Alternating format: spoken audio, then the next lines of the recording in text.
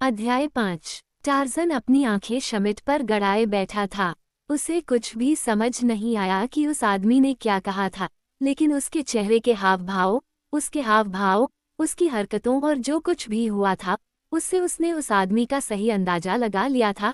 श्री शमिट के खिलाफ एक और अंक तय हो चुका था। उसके ताबूत में एक और कील ठोंक दी गई थी। अगली सुबह बड़े लोहे के पिंजरे में बंद दोनों बंदी बहुत खुश थे। जेनेट खुश थी क्योंकि उसने खुद को सुरक्षित पाया, एक ऐसे प्राणी के साथ रात बिताने के बाद जो उसका मांस कच्चा खाता था और उसके खाने पर गुर्राता था। एक जंगली आदमी जिसने अपने नंगे हाथों से 3 अफ्रीकी योद्धाओं को मार डाला था इससे पहले कि वे उस पर हावी हो सके, और जिस पर अब्दुल्ला ने नरभक्षी होने का आरोप लगाया था। वो इतनी खुश थी कि उसने एक फ्रांसीसी गीत का एक अंश गाया जो पेरिस छोड़ने के समय लोकप्रिय था। और टार्ज़न खुश था क्योंकि वह शब्दों को समझता था। जब वह सो रहा था तो उसका दुख उसे अचानक से छोड़ गया था, जैसे उसने उसे मारा था। गुड मॉर्निंग, उन्होंने फ्रेंच भाषा में कहा, जो पहली मानवीय भाषा थी जो उन्होंने सीखी थी और जो उन्हें उस फ्रेंच लेफ्टिनेंट ने सिखाई थी जिसे उन्होंने बहुत पहले मौत से बचाया था। लड़की ने आश्चर्य से उसकी ओर देखा। मैं गुड मॉर्निंग, वो हकलाते हुए बोली। मैं उन्होंने मुझसे कहा कि तुम बोल नहीं सकते। उन्होंने बताया, मेरे साथ दुर्घटना हुई थी, अब मैं ठीक हूँ। मुझे खुशी है, उसने कहा। वह झिझकी। मुझे पता है, टार्ज़न ने बीच में टोकते हुए कहा, तुम मुझसे डरते थे। तुम्हें डरने की जरूरत नहीं है। उन्होंने तुम्हारे बारे में भयानक बातें कही हैं, लेकिन तुम्हें अवश्य ही उन्हें सुनना चाहिए। टार्ज़न ने बताया, मैं न केवल बोल नहीं पा रहा था, बल्कि समझ भी नहीं पा रहा था। उन्होंने क्या कहा? उन्होंने कहा कि तुम बहुत क्रूर थे और तुम लोगों को खा जाते थे। टार्ज़न की एक दुर्लभ मुस्कान फिर से उभरी। और इसलिए उन्होंने तुम्हें यहाँ इस उम्मीद में रखा कि मैं तुम्हें खा जाऊंगा। ये किसने किया? शमिट, वो व्यक्ति जिसने विद्रोह का नेतृत्व किया और जहाज पर कब्जा कर लिया। वो आदमी जिसने मुझ पर थूका, टार्ज़न ने कहा, और लड़की को लगा कि उसने उसकी आवाज़ में गुर्राहट की छाया महसूस की है। अब्दुल्ला सही था, वो आदमी शेर जैसा दिखता था, लेकिन अब वो डरी नहीं थी। तुमने शमिट को निराश कर दिया, उसने कहा। जब तुमने मुझे हॉपून दिया और पिंजरे के दूसरे छोर पर जाकर बैठ गए तो वह बहुत क्रोधित हो गया था। किसी भी मौखिक भाषा में कोई भी उसे मेरी सुरक्षा के बारे में इससे अधिक निश्चित रूप से आश्वस्त नहीं कर सकता था। वो तुमसे नफरत क्यों करता है? मुझे नहीं पता कि वो मुझसे नफरत करता है। वो एक क्रूर पागल है। आपने देखा होगा कि उसने बेचारे लुमकिप के साथ क्या किया और कैसे वह अन्य चीनी नाविकों को मारता पीटता है। मैं चाहता हूं कि आप मुझे बताएं कि जहाज पर क्या हुआ था जिसे मैं समझ नहीं पाया हूं, और वे मेरे साथ क्या करने का इरादा रखते हैं, अगर आपको पता हो। क्राउज आपको एक जंगली आदमी के रूप में मेरा मतलब है अपने जंगली जानवरों के साथ प्रदर्शन करने के लिए अमेरिका ले जा रहे थे। टार्ज़न फिर मुस्कुराया। क्राउज वह आदमी है जो पहले साथी के साथ पिंजरे में है। हाँ, अब मुझे विद्रोह के बारे में बताओ और शमिट की योजनाओं के बारे में तुम क्या जानते हो? जब उसने अपनी बात समाप्त की, तो टार्ज़न ने साइगोन के नाटक के प्रत्येक प्रमुख पात्र को स्पष्ट रूप से प्रस्तुत कर दिया, और उसे लगा कि केवल वह लड़की, डी ग्रूट और चीनी नाविक ही विचार के योग्य हैं, वे और पिंजरे में बंद जानवर। डी ग्रूट जाग गया और सबसे पहले उसने अपने पिंजरे से जेनेट को आवाज़ लगाई। उसने पूछा, तुम ठीक हो? उसने तुम्हें नुकसान पहुंचाने की कोशिश तो नहीं की? किसी भी तरह से नहीं, उसने उसे आश्वस्त किया। मैं आज शमिट से बात करने जा रहा हूं और देखूंगा कि क्या मैं उसे तुम्हें उस पिंजरे से बाहर निकालने के लिए राजी कर सकता हूं। मुझे लगता है कि अगर क्राउज और मैं उसके खिलाफ कभी भी आरोप नहीं लगाने पर सहमत होते हैं, अगर वह तुम्हें बाहर जाने देता है, तो वह ऐसा कर सकता है। यह जहाज पर मेरे लिए सबसे सुरक्षित स्थान है। जब तक शमिट नियंत्रण में है, मैं बाहर नहीं निकलना चाहता। डी ग्रूट ने उसे आश्चर्य से देखा। लेकिन वह आदमी आधा जानवर है, उसने कहा। उसने अभी तक तुम्हें नुकसान नहीं पहुंचाया है, लेकिन तुम कभी नहीं जान सकती कि वह क्या कर सकता है, खासकर अगर शमिट उसे भूखा मार दे जैसा कि उसने धमकी दी है। जेनेट हंस पड़ी। अगर तुम सोचती हो कि वह इतना क्रूर जंगली आदमी है, तो बेहतर होगा कि तुम उसके बारे में जो कुछ भी कहती हो, सावधानी से बोलो, हो सकता है वह किसी दिन इस पिंजरे से बाहर निकल जाए। ओह, वो मुझे समझ नहीं सकता, डी ग्रूटे ने कहा, और वह पिंजरे से बाहर नहीं निकल सकता। क्राउज इस बातचीत से जाग गया था, और अब वह डी ग्रूट के पास आकर खड़ा हो गया। मैं कहूंगा कि वह उस पिंजरे से बाहर नहीं निकल सकता, उसने कहा, और शमिट देखेगा कि उसे कभी मौका नहीं मिलेगा। शमिट जानता है कि उसे क्या मिलेगा, और आपको इस बारे में चिंता करने की ज़रूरत नहीं है कि वो हमारी कही गई किसी भी बात को समझेगा, वो उतना ही मूर्ख है जितना वे उसे बनाते हैं। जेनेट ने टार्जन की ओर देखा और डी ग्रूट और क्राउस के शब्दों के प्रभाव को नोट किया, ये सोचकर कि क्या वह उन्हें बताएगा कि वह समझ गया है और स्थिति का पूरा आनंद ले रहा है। उसे आश्चर्य हुआ कि उसने देखा कि वह आदमी सलाखों के पास लेट गया था और जाहिर तौर पर सो रहा था। फिर उसने शमिट को आते देखा और डी ग्रूट और क्राउस को इस तथ्य से परिचित कराने की अपनी इच्छा को रोक दिया कि उनका जंगली आदमी उनकी कही हर बात को समझ सकता था, अगर उसने उनकी बात सुनी होती। शमिट पिंजरे के पास आया।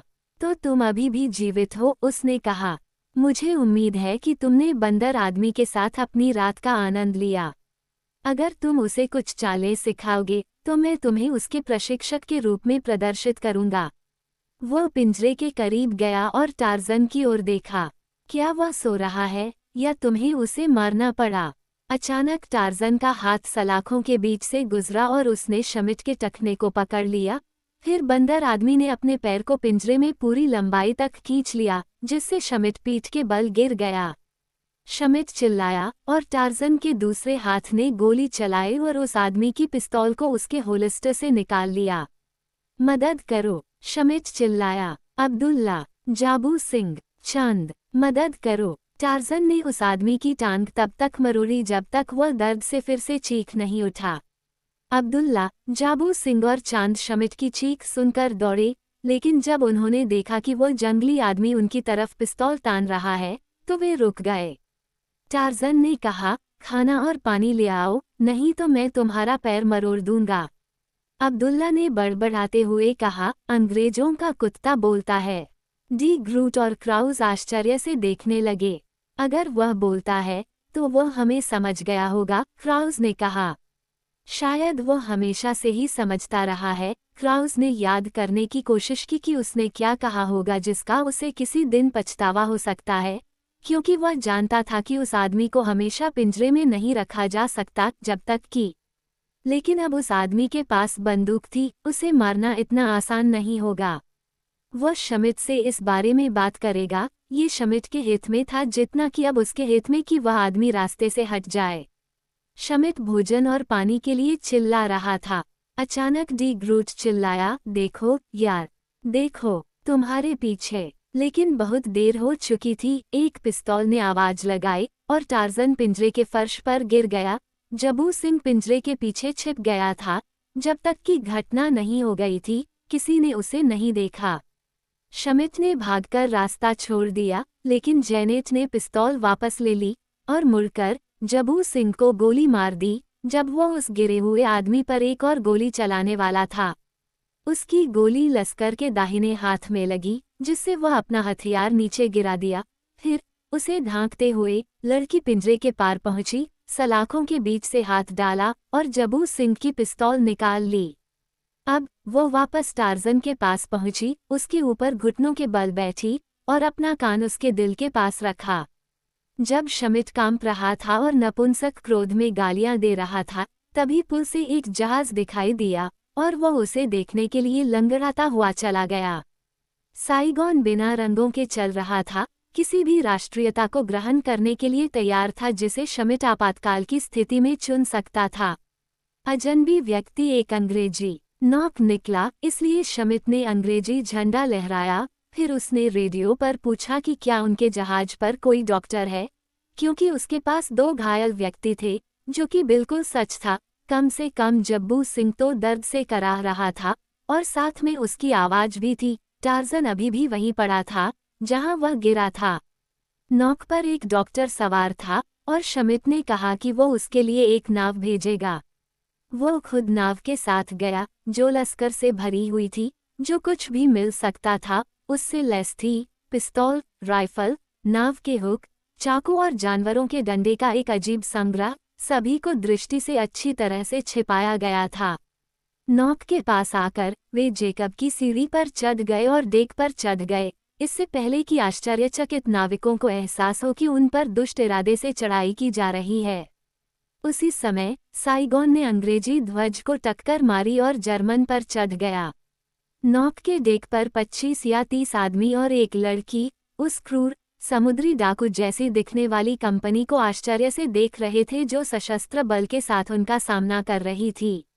इसका क्या मतलब है? नॉक के कप्तान ने पूछा। शमिट ने साइगोन के ऊपर उड़ते जर्मन झंडे की ओर इशारा किया। इसका मतलब है कि मैं जर्मन सरकार के नाम पर तुम्हें पकड़ रहा हूँ, शमिट ने जवाब दिया। मैं तुम्हें पुरस्कार के तौर पर ले जा रहा हूँ और जहाज पर पुरस्कार दल भेजूंगा। तुम्हारा इंजीनियर और नौवहन अधिकारी जहाज पर ही रहेगा। मेरा पहला साथी जबू सिंह कमान संभालेगा। उसे हल्की दुर्घटना हुई है। तुम्हारा डॉक्टर घाव पर पट्टी बांधेगा और तुम सब मेरे साथ मेरे जहाज पर वापस आओगे। तुम्हें अपने आप को युद्ध बंदी समझना है और उसी के अनुसार आचरण करना है। लेकिन यार, कैप्टन ने कहा, ये जहाज हथियारबंद नहीं है, यह कोई युद्धपोत नहीं है, यह कोई व्यापारी जहाज भी नहीं है, यह एक वैज्ञानिक अभियान पर निकली एक निजी नौक है। तुम, एक व्यापारी, हम पर कब्जा करने के बारे में सोच भी नहीं सकते। लेकिन मैं कहता हूँ, बूढ़ी औरत, फलालन पहने एक लंबे नौजवान ने कहा, तुम नहीं कर सकते। चुप रहो, शमिट ने झट से कहा। तुम अंग्रेज हो और यही तुम्हें संभालने के लिए काफी कारण है। अब आओ, वो डॉक्टर कहाँ है? काम पर लग जाओ। जब डॉक्टर जबू सिंह के घाव पर पट्टी बांध रहे थे, तब शमिट ने अपने आदमियों को जहाज में हथियार और गोला बारूद की तलाशी लेने के लिए भेजा। उन्हें कई पिस्तौल और खेल की राइफलें मिली और जब डॉक्टर जबू सिंह से बात कर चुका, तो शमिट ने अपने कुछ आदमियों को नियुक्त किया और नाव के कुछ नाविकों को नाव चलाने के लिए छोड़ दिया।